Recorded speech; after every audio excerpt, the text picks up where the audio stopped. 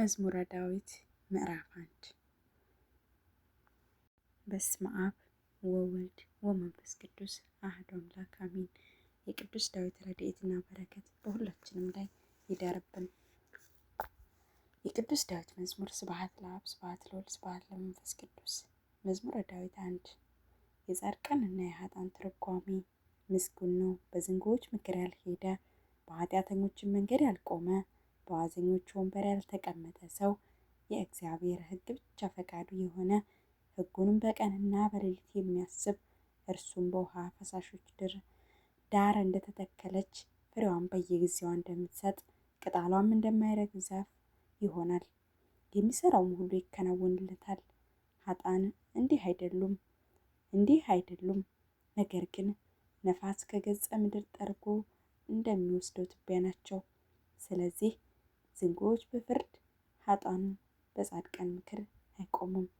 እግዚአብሔር የጻድቃንን መንገድ ያውቃልና የኃጥአን መንገድ ግን ትጠፋለች። አሜን። መዝሙር 2 ትንቢት ስለ ክርስቶስ። አሕዛብ ለምን ዶለቱ? ወገኖችስ ለምን ከንቱ ይናገራሉ? የምድር ነገሥታት ተነሱ፣ አለቆችም በእግዚአብሔር በመሲሑ ላይ እንዲህ ሲሉ በአንድነት ተሰበሰቡ። ማሰሪያቸውን ከእኛ እንበጥስ፣ ቀንበራቸውን ከእኛ ላይ እንጣል።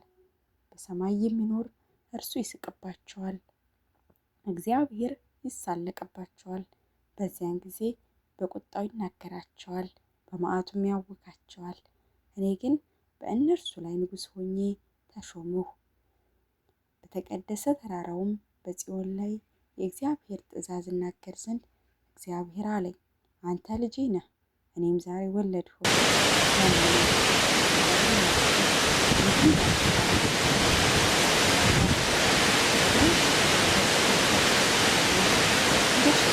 ሰሪ ዕቃም ትቀጠቅጣቸዋለህ።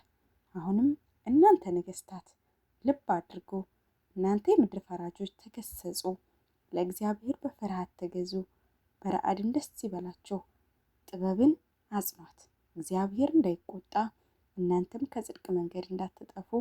ቁጣው ፈጥና በነደደች ጊዜ በእርሱ የታመኑ ሁሉ ብፁዓን ናቸው። አሜን። ስለ መዝሙሩ። የመዝሙሩ ባለቤት ልዑል እግዚአብሔር የተመሰገነ ይሁን። የቅዱስ ዳዊት ጸሎትና በረከቱ ይደርብን። ውድ የልቦግ ቻናል ቤተሰቦቼ በአሁኑ ሳምንት ወይም በዚህ በ4 ሳምንት ውስጥ ይዤላችሁ የሚቀርበው የቅዱስ ዳዊትን መዝሙር ሁለት ምዕራፍ ነው። ለመጸለይ የማይመቻችሁ ቤተሰቦቼ የቅዱስ ዳዊት ጸሎት ታውቃላችሁ ለብዙ ሰው የሚያረጋጋት ነውና፣ ለዚህ የማይመቻችሁ ቤተሰቦቼ የልቦግ ላይ ገብታችሁ እያዳመጣችሁ ጠዋት ስራችሁን መስራት ትችላላችሁ። ቀንም ስራችሁን መስራት በማንኛውም ሰዓት ቢዳመጥ ጸሎት ነውና በርቱ፣ ጠንክሩ።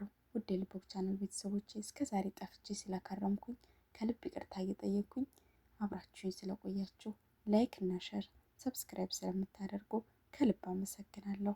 በሰፊው ደግሞ በላይቭ እስከምመጣ ድረስ ቸር ቆዩልኝ። ከየት ሀገር ሆናችሁ እየተከታተላችሁኝ እንደሆነ በኮሜንት ስራ አስቀምጡልኝ። ውድ የልቦግ ቻናል ቤተሰቦቼ እግዚአብሔር ካልታሰበ አደጋ ይጠብቀን።